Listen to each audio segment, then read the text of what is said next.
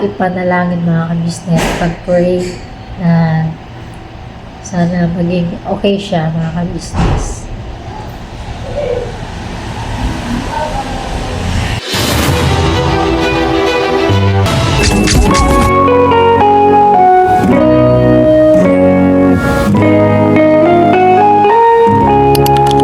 Hello po mga ka-business, mga kapapi, mga ka-mars. Isang mapagpalang hapon po sa atin lahat. Ayan. So, ngayon mga ka-business ay update ko lang po kayo about kay Daddy Corno. So, sa mga nakapanood po sa sinundan kong vlog na ito ay yun po, nabitin po kayo mga ka-business. At ito po ang kadugtong mga ka-business. Bago yon ay kamusta po kayong lahat mga ka-business, naway nasa maayos po kayo nakalagayan mga ka-business. At ito nga po, bale kung napanood nyo po yung upload sa ka-business official, yung pagpagawa po ng sasakyan si from yung mga ka-business ay yun po, pag uwi po ni Daddy Bornok, pagdating po ni Daddy Bornok nung hapon, mga bandang alas 5 mga ka-business kaya nakauwi, ay nagdaing po siya sa akin, nagdaing na siya na masakit daw po yung tiyan niya mga ka-business. So, akala ko normal lang. At pag nahiga siya sa akin mga ka-business, doon kami sa kwarto, nahiga siya. Pang pinapakalma yung tiyan niya mga ka-business. Tapos nakaidlip na siya. Pero ginising ko siya mga ka-business dahil may importante siyang pupuntahan ng alas 8. So, ayun, ginising ko siya. Pero sabi nga, masakit nga po yung tiyan niya. So, nagtimpla ako ng kape para baka ba pag nakainom siya, nakahigop ng kape ay mawala po yung sakit. Yun po yung inisip ko. Tapos, ayun nga po, nakaano na siya ng kape. Hindi niya naman po naubos yung isang mug na kape. Kalahati lang. Tapos umalis na siya mga ka-business. Pero masakit nga po yung sa may ano po natin mga ka-business. Ito yung sikmura natin mga ka-business. Yung dito sa may baba niya mga ka-business. Babang sikmura. Yun po yung sobrang sakit daw po mga ka-business. Tapos nung di umalis nga po siya mga ka-business, pag balik sakit na po siya. So binigyan po siya ni mama ka-business ng gamot para mawala po ba yung yung sakit niya. Ano bang gamot yun? Omeprazole, yung gamot mga ka-business. Pinainom ni mama ka-business. So, yun. Kala namin mawawala na siya sa gamot kasi nakainom na nga po. Habang hindi po siya nawala mga business. So, dumating si Papa Dins doon sa KB house at may po siya na yung ointment na maanghang mga ka-business. Yun, inanuhan ko siya. Hinilot ko siya. Inanuhan ko siya ng ointment na yung maanghang mga ka-business sa tiyan tsaka sa likod mga ka-business. Tapos, ang naramdaman niya lang ay yung init. Tapos, hindi po nawala yung sakit. Mas lalong sumakit po siya mga ka-business habang mga bandang 11 mga ka-business. Na siya. Sabi ko sa kanya na dali na ba sa ospital, sabi ko sa kanya. Tapos sinat ko si Papa Dins mga ka-business. Minessage ko si Papa Dins sa hindi na ako nag-message sa GC kasi nagpapahinga na din yung sila mama ka-business. Pa hindi na din maabala si Papa ka-business kasi syempre kailangan din ng magpahinga mga ka-business. At ayun, si Papa Dins, kasi bago po yun umuwi, ay nagsabi naman po na, Kuya Nok, magsabi ka lang kung magpapadala ka sa ospital at ihatid kita. Yun, sabi po ni Papa Dins. So, si Papa Dins po yung minessage ko, personal, na Eka Paps. Tapos, sabi niya, yeah, bakit? Tapos, kasi, ako nga tong, kasi pahatid nga si, kung pwede dalhin na sa hospital si Borno kasi, sobrang sakit nga daw, yung, ginagawa niya ng paraan mga ka-business. Yung, sinusuha niya, sabi niya, kailangan maisuha ko to, yung, tapos, pabalik-balik siya sa CR, kasi sabi po sa mga kumakain, pabalik-balik po siya sa CR. Baka pag nadumi na siya ay magiging okay na. Pero hindi pa din mga ka-business. Tapos nung nagsuka na naisusuka niya, wala, ganun pa din mga ka-business. So, naganon na talaga na magpadala sa ospital kasi gabi ng sakit, umaakit na daw yung mga ka-business, yung sakit ng So ayun, thank you so much kay Papa Dins kasi siya yung nakasama ni Daddy Bornok, siya yung nag-asikaso sa ospital. At hindi na po ako sumama, hindi na po pinasama kasi si Boyet nga po sabi yung niya, iyak, hindi pwedeng mahiwalay sa akin mga ka-business. So, si Papa Dins po yung kasama ni Daddy Bornok nung pumunta po sa ospital. At siya din po ang nag-asikaso kay Daddy Bornok na doon sa nag-message po na si Papa Dins na yung PhilHealth po ni Daddy Bornok na picturean. Ayun po, sinend po.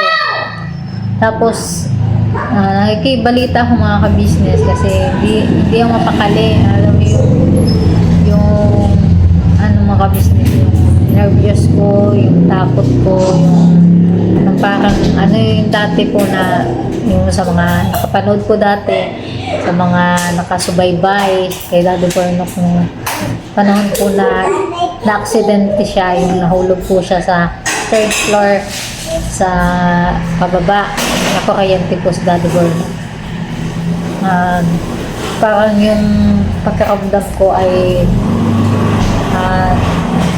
halo-halo, yung takot, yung nervyos, yung hindi ako mapakali. Hindi ako nakatulog, hindi ako natulog. Isip.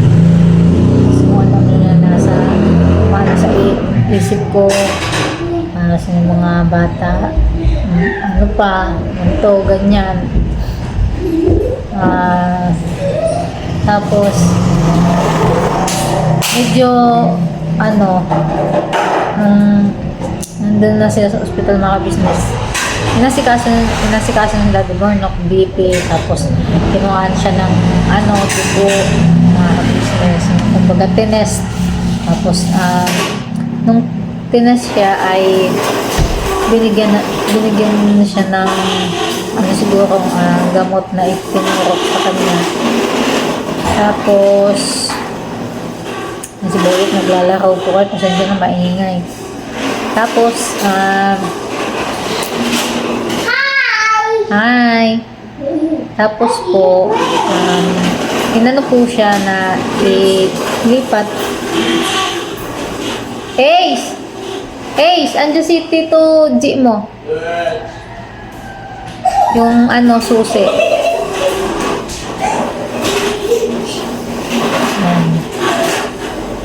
Hindi po yung kapatid ko ni Daddy Bornok na pumunta po kanina umaga. Ayun yun nga po nung doon sa ospital, nasitahan siya, tapos transfer po siya sa malaking ospital na ka-business doon sa Tala kasi yung pala ay inaatake na paano ba, pa heart attack na si Daddy Barnok, mga ka-business. Buti na lang talaga ay nagpadala siya sa ospital. Hindi siya nag-ano na, kaya ko to, wag na lang.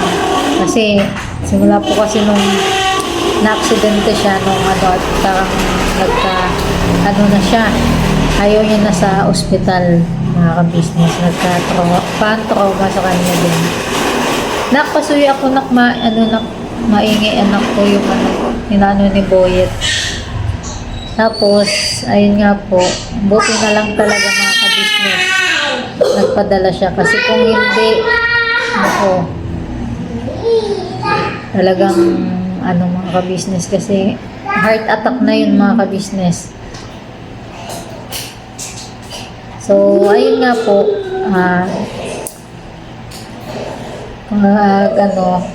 kaninang madaling araw, umaga na, ay kasi syempre si Papa Dins ay kailangan din magpahinga, mga ka-business, at may gampanin po siya sa church. At ayun, nakisuyo po kami sa mama ni Barnok, sa mga kapatid, kung sino pwedeng pumunta doon sa Daddy Barnok, kasi syempre mas okay na may kasama. Kasi ako talaga, gusto kong ako yung nandun, mga ka-business ko, si Boyet po, kasi yung sitwasyon din ni Boyet ay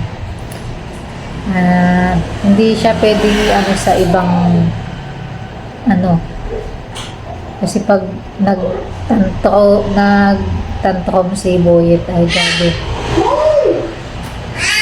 iba, din, mga ka-business. So, ayun nga po, dapat, mga ka-business, ay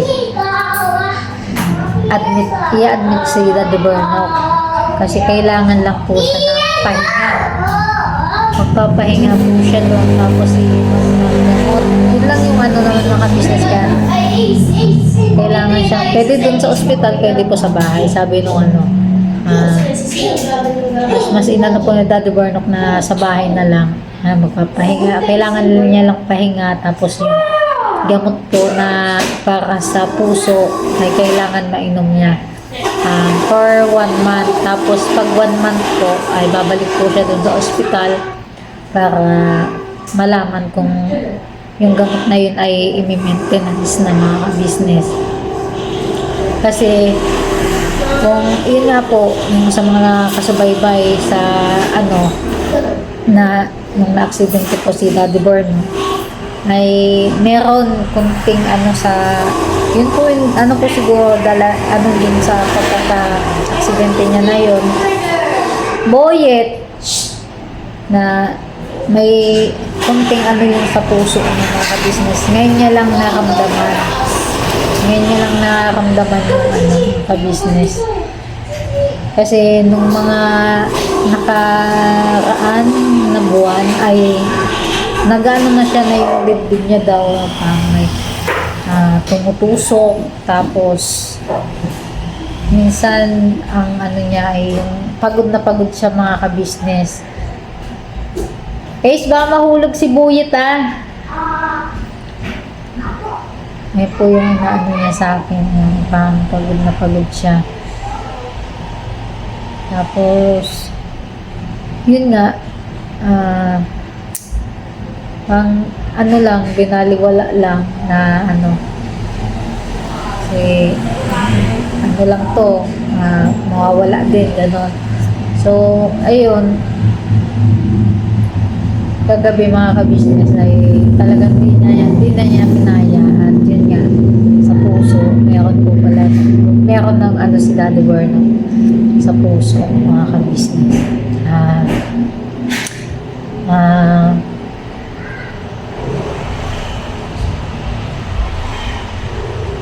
Sana ipag natin si Daddy Barnok, ipanalangin, mga ka-business, pag-pray na sana maging okay siya, mga ka-business.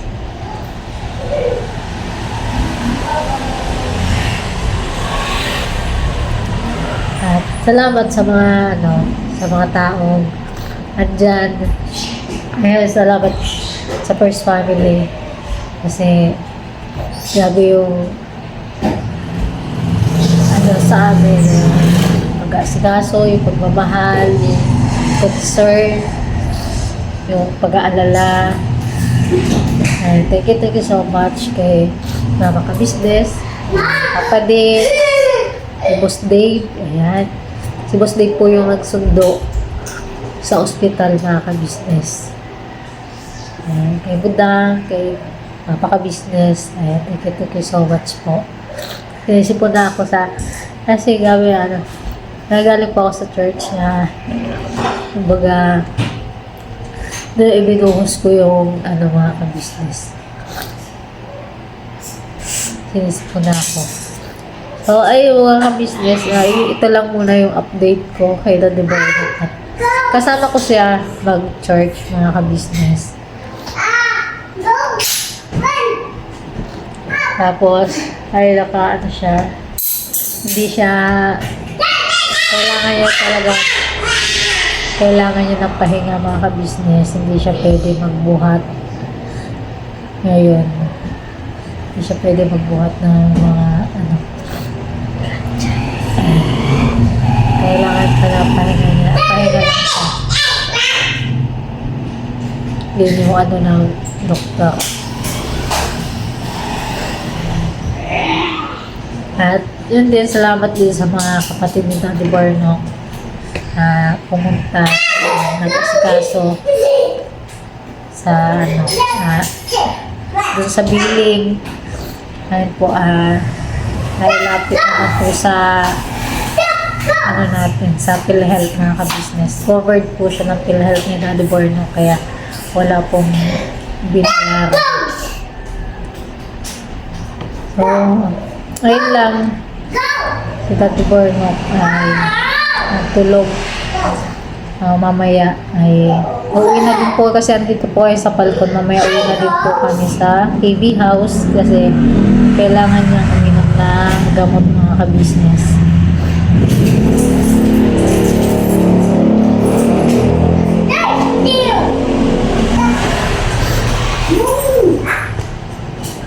Maraming salamat po, mga Ka-Business, sa mga patuloy na sumusuporta sa aming YouTube channel at sa mga nagmamahal sa amin. Thank you so much po. At ngayon, shoutout po kay Ma'am B, kay Ma'am Juliet, kay Ma'am Jean, kay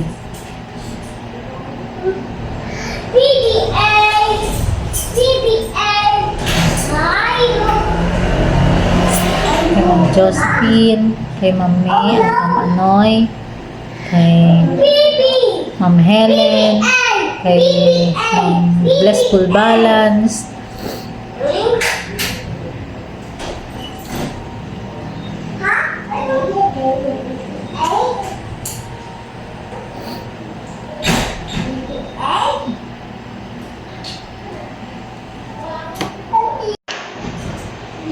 ito po, mga business, Daddy Barno na siya idlig, mga Ka-Business.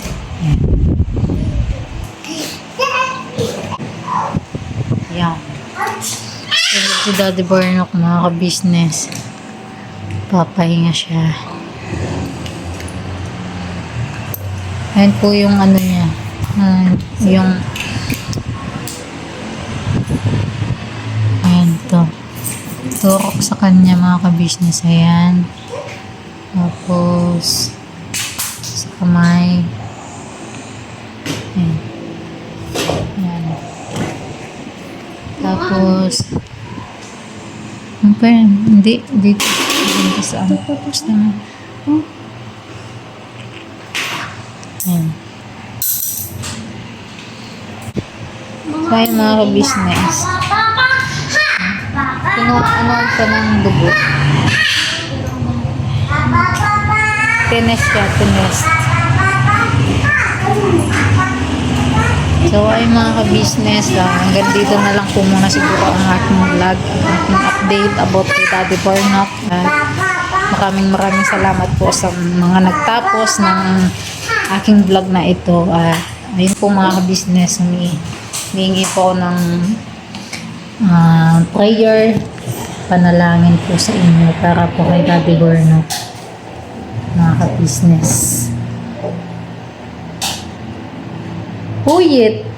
Kasi Buyit, pinatay niya yung ilong, mga ka-business.